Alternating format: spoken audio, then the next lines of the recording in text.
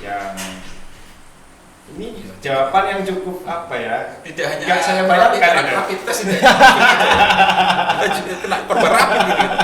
Padahal kita rapid testnya itu non reaktif ya. Kenapa Gus lebih memilih politik daripada mengajar? Ya kalau pembandingan lebih milih sih tidak. Maksud saya itu di politik itu adalah kita belajar dan juga mengajar terkali di politik. Ya. Para santri itu harus mengetahui literasi pembacaan terkait dengan edukasi politik, pentingnya berpolitik. Dari membaca, tahu edukasi, mengedukasi, setelah tahu mengedukasi juga teman-teman santri, pentingnya santri itu di politik juga. Seperti itulah prosesnya yang saat ini memang lebih diperlukan. Menurut saya lebih diperlukan. Makanya kenapa saya kok bukan berarti kalau mengajar nomor 2 kan tidak, cuma politik ini perlu untuk supaya dari pengalaman yang saya tahu, dari pengalaman ada edukasi politik dengan para santri supaya santri-santri nantinya yang saat ini nanti akan menjadi pemimpin depan tidak apatis mas, tidak menganggap bahwa saya makanya sebenarnya bahwa politik itu kotor bahwa politik itu adalah bagaimana kalau berpolitiklah dengan yang gembira. Saya menurut politik ya dengan yang gembira. Kita waktu belajar itu juga pada kesusahan, tapi kita disupport untuk yang gembira. Kalau yang gembira kita mau nulis, mau belajar atau apapun juga akan semangat. Maka support untuk yang gembira itu harus ada. Berpolitiknya juga dengan yang gembira. Otomatis kalau ingin tahu terkait politik, ya belajar, baca-baca literasi yang dengan politik. Di kitab kuning banyak ada Sultani, Ahkamus Sultaniyah. Ya toh, di Imam Ghazali juga menjelaskan terkait bagaimana karakter seorang pemimpin. Itu bagian dari politik. Politik harus punya karakter yang kuat. Bagaimana mengetahui sejarah dari perjuangan Masyayikh dalam dunia politik kan mensupport. Dan pentingnya politik untuk supaya NKRI ini akan tetap terjaga sesuai dengan agama dan ajaran Ahlussunnah wal Jamaah rahmatan lil alamin. Tidak pecah. Ya tugas kita itu diserai oleh para masyaikh kita berdiri bangsa misalnya serai negara NKRI. Iso enggak bertahan. Ya enggak iso bertahan no. Ya dalam kutip kita kan masuk zalim Mas. Kalau umpamanya sebagai santri yang hikmah di Nahdlatul Ulama kan sudah dianggap santrinya Mbah Hasyim Asy'ari. Supaya gede no NU jadi santri Mbah Hasyim Asy'ari, Mbah Wahab, Mbah Bisri. Dan jadi itu semuanya. Kalau santri ternyata malah gak gede no NU, malah kadang-kadang pecah belah NU.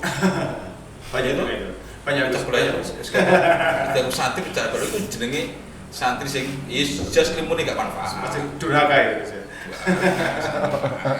Makanya itu salah satunya politik ini. Kenapa kita di rapid testnya politik? Karena jarang lah edukasi politik itu ada. Karena edukasi politik tidak hanya di partai politik aja, tidak hanya tugas partai politik saja, tidak hanya tugas yang ada di pemerintahan, tapi tugas juga bersama, tugas bersama untuk adanya edukasi politik. Kalau namanya orang nggak tahu, itu nggak kenal, nggak sayang kan biasa aja. Kalau yang kenal, ya kan tahu, oh ini pentingnya nggak bagus ya kita sampaikan. Seperti itu.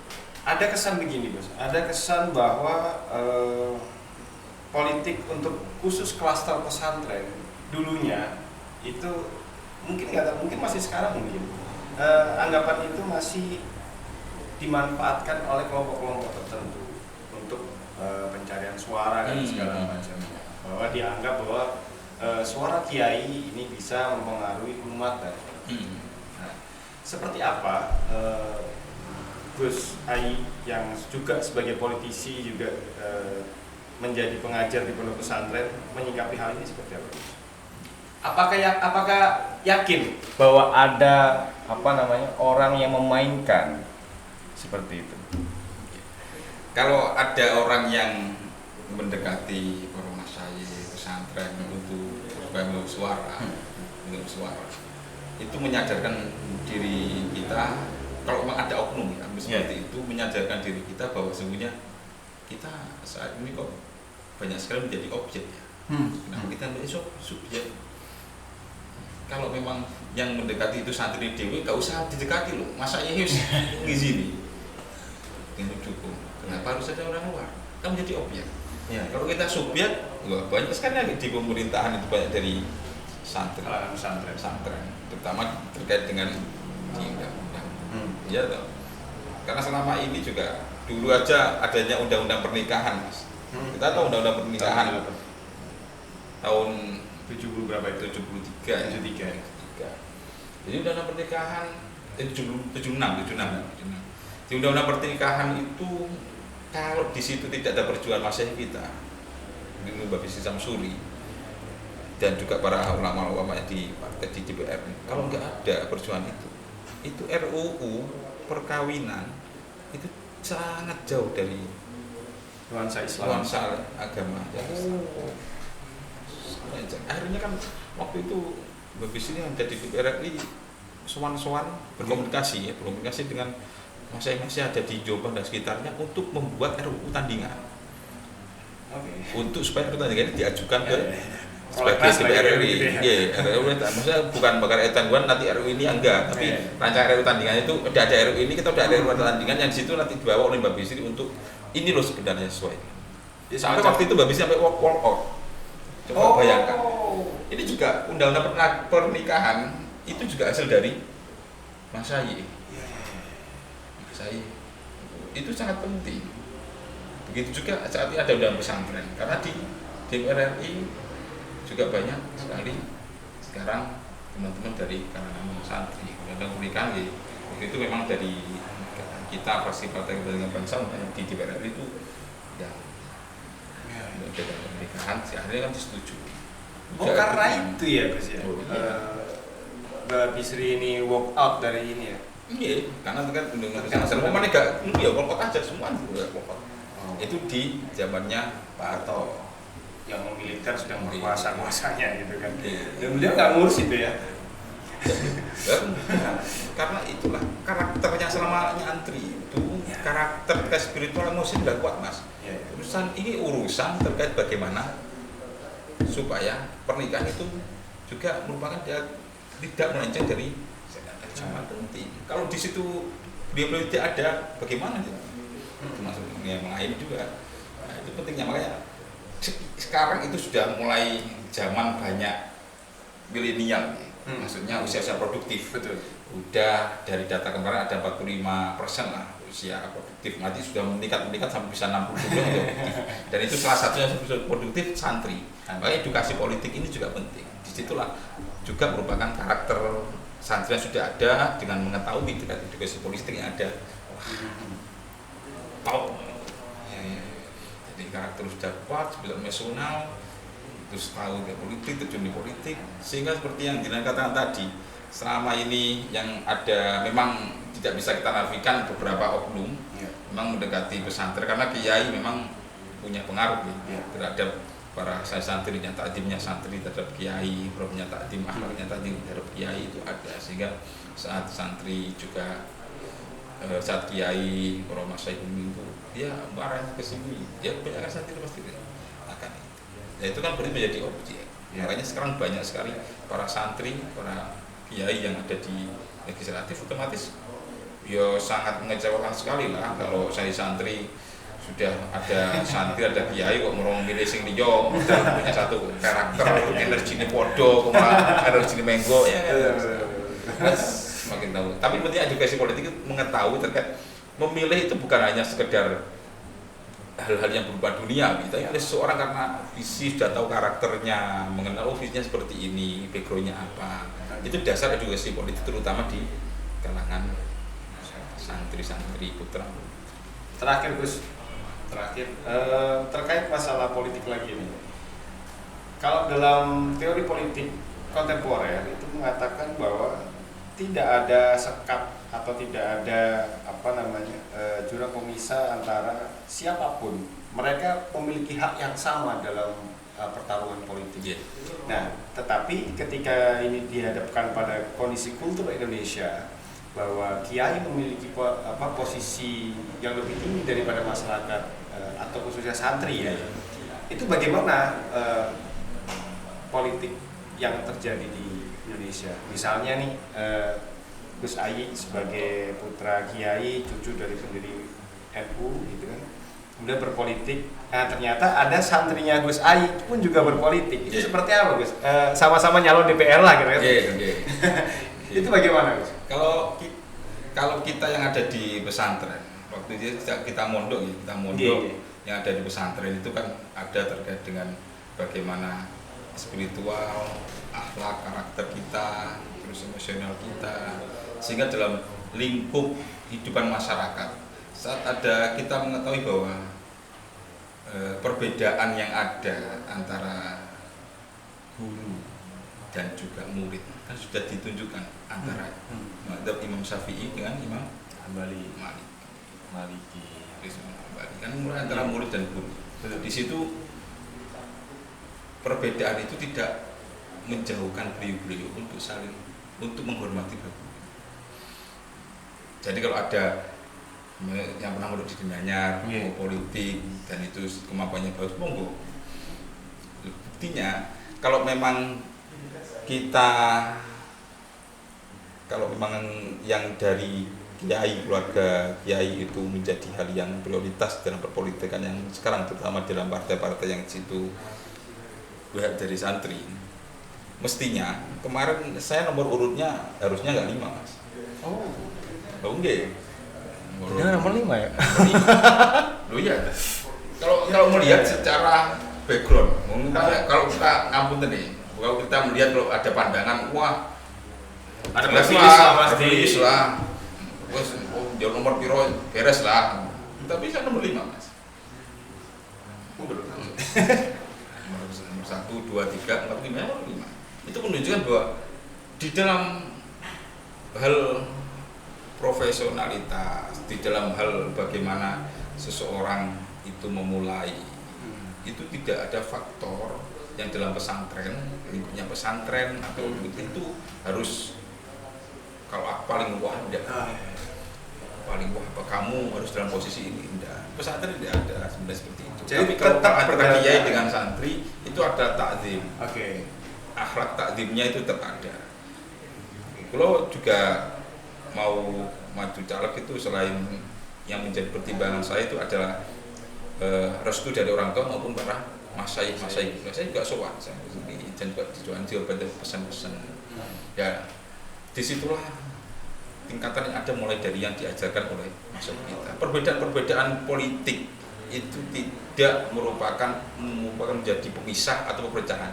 Itu juga sudah dicontohkan oleh Mbak Bisri Samsuri sama Mbak Wahab, teman akrab mondok. Waktu itu ada perbedaan politik yang sangat besar terkait dekret presiden pembubaran, kalau nggak salah sekitar tahun 55 gitu, pembubaran 59 dekret pembubaran DPR menjadi DPR-DR. Ya. Gitu. Ya. Mbak Bisri itu menolak dan mengatakan itu inkonstitusional karena mestinya DPR itu dipilih. Betul.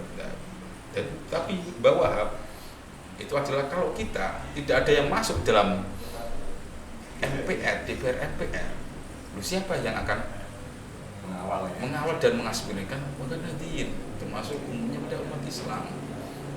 Ini perbedaannya sangat, ada kubu yang mengikuti Mbak Bisri, ada kubu yang mengikuti Mbak Wahab. Akan tetapi bagaimana Mbak Bisri waktu itu tidak langsung keluar dari NU, membuat pecah NU, gitu, nggak meng-NU garis luruskan. Loh iya Mas, nggak meng-NU garis luruskan, nggak ada yang ngomong NU oposisi atau apa, nggak ada namanya itu. Tapi Mbak Bisri dawuh keputusan puncak tertinggi dari Nahdlatul Ulama, keputusan pimpinan tertinggi bawah untuk masuk, monggo masuk, sampai putrinya sendiri Mbak Solihah, ibunya Gus Dur, itu diizini Mbak Bisri untuk masuk dalam mengikuti bawah masuk anggota DPR putrinya. Padahal Mbak Bisri begitu tegasnya menolak, gitu. Loh, itu sudah dicontohkan.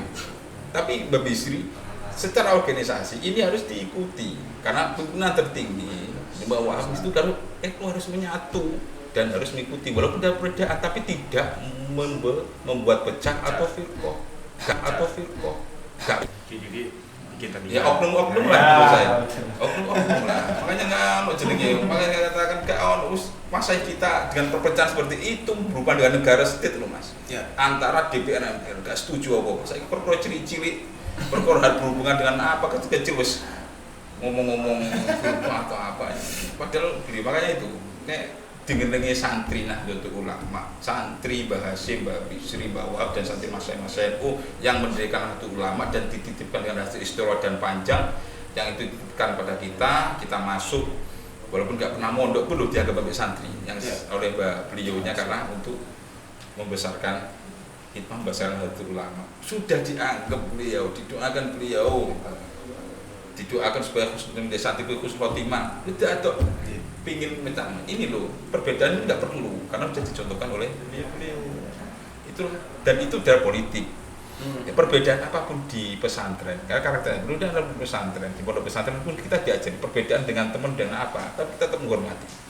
ada batu masail pesantren wadai sudah koyok bergerak gebrak-gebrakan tapi ya kalau mau berebutan untuk ngambilkan kalau timba berebutan untuk ngambilkan ya itu kan akhlaknya itulah beda makanya saya yang jangan katakan itu sebenarnya tidak seperti itu sebenarnya tidak seperti itu cuma kadang kalau dari luar itu memandang kayak istilahnya antara patron kli atau apa sebenarnya nggak ada dalam pesantren bukan hubungan patron bukan patron yai dan perbedaan antara saat ada perbedaan pendapat antara santrinya dengan yainya itu tidak melepaskan kehormatannya menghormati pada masyaiknya dan masyaiknya juga itu menyayangi dan mensupport pada yang muda. Itu kan dia jatuhkan dia. Dia sama tahu literasi itu dasar literasi sangat penting. Jadi sebenarnya pesantren itu memang kawah canda dibukanya para negarawan sebenarnya. Dan wujud sumpah pemuda loh mas. Betul.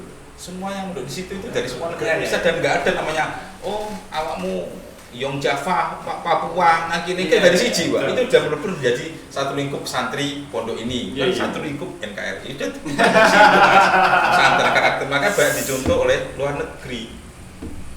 Dan alhamdulillah kita alhamdulillah pokoknya alhamdulillah baru diakui dengan undang-undang pesantren, alhamdulillah dari santri. Ya matur suwun lah, alhamdulillah. Enggak ada arah terlambat karena kita punya harapan.